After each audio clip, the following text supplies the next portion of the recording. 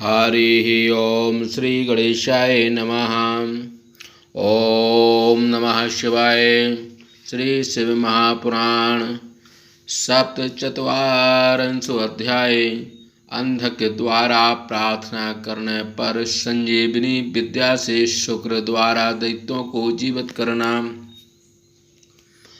व्यास जी बोले, हे महर्षि, आपने कहा कि उसे महाभयानक रोमांचकारी महायुद्ध में भगवान सदाशिव ने दैत्याचार्य परम विद्वान शुक्राचार्य को ले लिया, किंतु यह बात मैंने संक्षेप में सुनी, अतः अब आप विस्तार के साथ कहिए कि शिव जी के उद्रस्त हो जाने पर महायोगी शुक्राचार्य ने क्या किया, और यह भी बताइए कि शिव जी की जठराग्नि ने शुक्र को भस्म क्यों नहीं किया।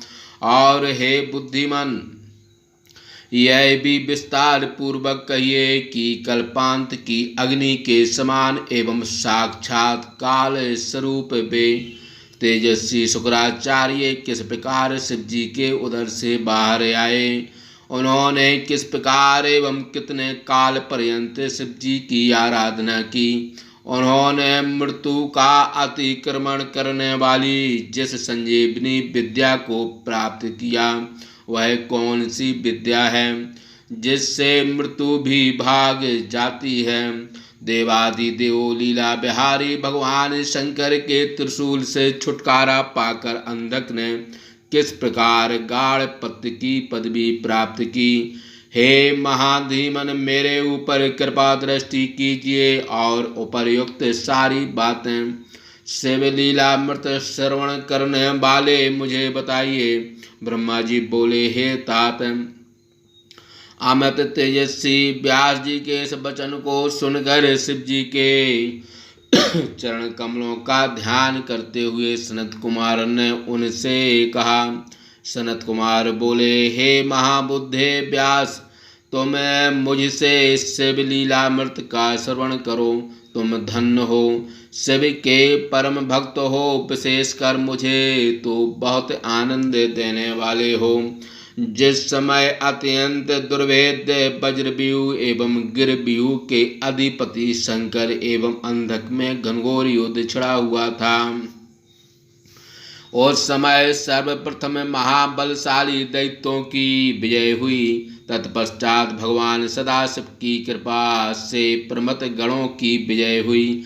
यह देखकर अंधक के मन में अत्यंत ग्लानि हुई और वह यह विचार करने लगा कि मेरी विजय किस प्रकार से होगी। ऐसा विचार करम परम बुद्धिमान महावीर अंधक युद्ध छोड़कर अकेले शुक्राचार्य के समीप गया।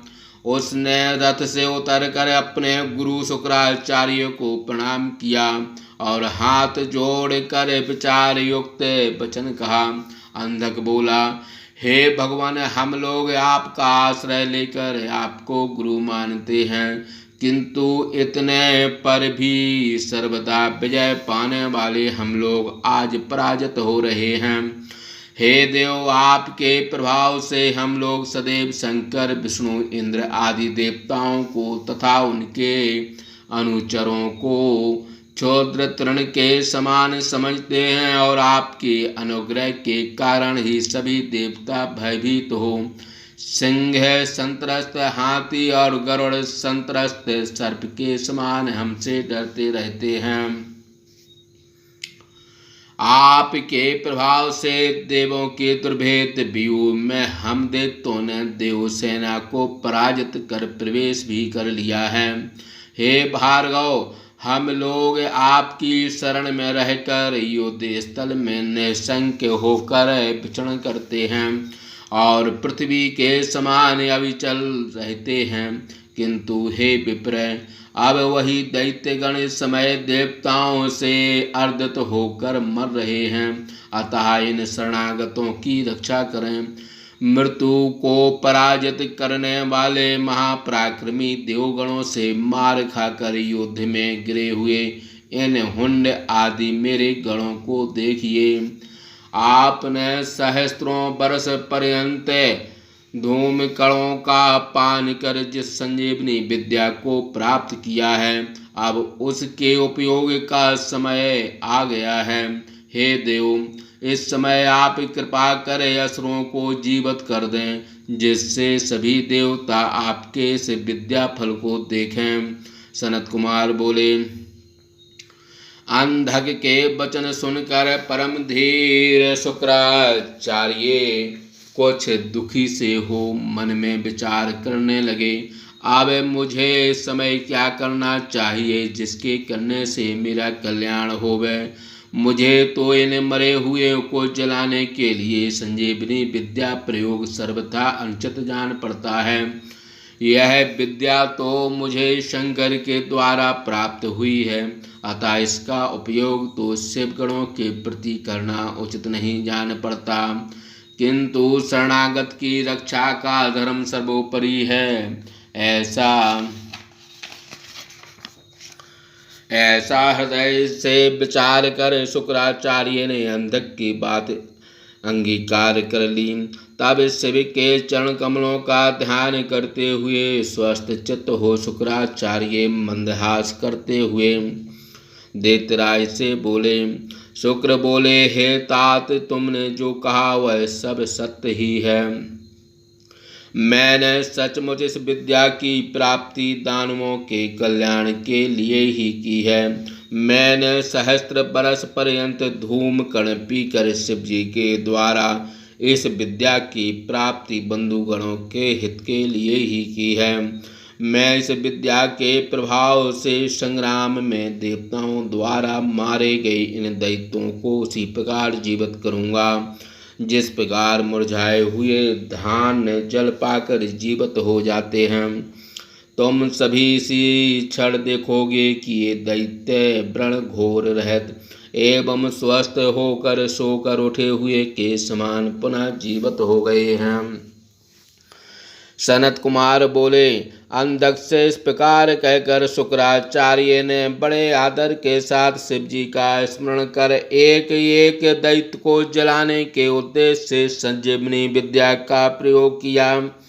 थोड़ी ही देर में उस विद्या के प्रयोग के प्रभाव से समस्त दैत्य एवं दानव सोकर उठे हुए के समान शस्त्र धारण किए हुए उठ बैठे। जिस प्रकार अभ्यस्त वेद काल प्राप्त होने पर मेघ एवं श्रद्धा से सतपात्र ब्राह्मणों में दिया गया दान आपत्ति काल में फलदायी हो जाता है, फिर तो जीवित हुए उन हुंडादि दैत्यों को देख समस्त असुर जलपूर्ण मेघों के समान गर्जना करने लगे। इस प्रकार महाबली दैत्य भीषण गर्जना कर निर्भय हो देवताओं से युद्ध करने लगे। युद्ध में अभिमानी नंदी आदि प्रमथ गण शुक्राचार्य के द्वारा जीवित किए गए उन असुरों को देखे अत्यंत विस्मित हो उठे। उन लोगों ने आपस में विचार किया कि यह समाचार अवश्य ही शंकर जी से निवेदन करना चाहिए। ऐसा विचार कर वे परस्पर कहने लगे। युद्ध यज्ञ में शुक्राचार्य के इस प्रकार आश्चर्यजनक कार्य को देखकर नंदीश्वर अमरस युक्त हो शिव जी के समीप गए और जय हो ऐसा कहकर जय देने वाले एवं कनक के समान निष्कलंक शिव जी से बोले, हे देव, यद्यपि युद्ध स्थल में इंद्रादि देवों एवं गणेश्वरों ने अत्यंत कठिन कार्य किया है, किंतु हे ईश, हमारे उन सभी कार्यों को शुक्राचार्य ने चौपट कर दिया। जो मृत संजीवनी विद्या का एक एक राक्षस पर प्रयोग कर युद्ध में मरे हुए उन सारे विपक्षियों को बिना श्रम के जला दिया। इस समय यमपुरी से लौटे हुए तुहुंड हुंड कुंभ जंभ विपाक एवं पाक आदि महादैत्य युद्ध स्थल में देवताओं का विनाश करते हुए विचरण कर रहे हैं। हे देव, यदि युद्ध स्थल में मारे गए सभी दैत्यों को शुक्राचार्य इसी प्रकार जीवित करते रहे तो हमारी विजय किस प्रकार संभव है। फिर विजय न होने से हम गणेश्वरों को शांति कहाँ। सनत कुमार बोले, परमेश्वर नंदी के इस प्रकार वचन सुन देवादिदेव शंकर हंसते हुए गणेश्वर नंदी से बोले। शिव जी बोले, हे नंदन, तुम अभी इसी क्षण शीघ्रता से जाओ और दैत्यों के मध्य से शुक्राचार्य को इस प्रकार झपट कर पकड़ लो जिस प्रकार बाज लबा पक्षी के बच्चे को पकड़ लेता है। सनत कुमार बोले, शिव जी के द्वारा इस प्रकार कहे जाने पर वह नंदी सिंह के समान गर्जना करते दैत्यों की सेना को चीरते हुए उस स्थान पर पहुंच गए जहां शुक्राचार्य की रक्षा बड़े बड़े दैत्य पास खड़ग वृक्ष पाखान पर्वत आदि शस्त्र हाथ में लिए हुए कर रहे थे। नंदीश्वर संपूर्ण दैत्यों से सुरक्षित शुक्राचार्य को दैत्यों के बीच से इस प्रकार उठा लिए जैसे सरब हाथी को पकड़ लेता है। तब श्रेष्ठांबर बिखरे केस एवं गिरते आभूषणों वाले शुक्राचार्य को छुड़ाने के लिए अनेक राक्षसों ने सिंहनाद करते हुए नाना प्रकार का तन किया और नंदीश्वर पर मेघ के समान वज्र शूल खड़ग परशु तीक्ष्ण चक्र पाखाण एवं कंपन आदि नाना प्रकार के शस्त्रों की घोर वर्षा करने लगे। किंतु नंदीश्वर ने उन सारे शस्त्रों को मुखाग्नि से भस्म कर दिया और उस महाभयानक युद्ध स्थल से शुक्राचार्य को लेकर समस्त दैत्यों को व्याकुल करते हुए शिव जी के समीप चले आए और उनसे निवेदन किया कि हे भगवान, यह वही शुक्र है। ऐसा कह शिव जी के सामने उन्हें प्रस्तुत किया।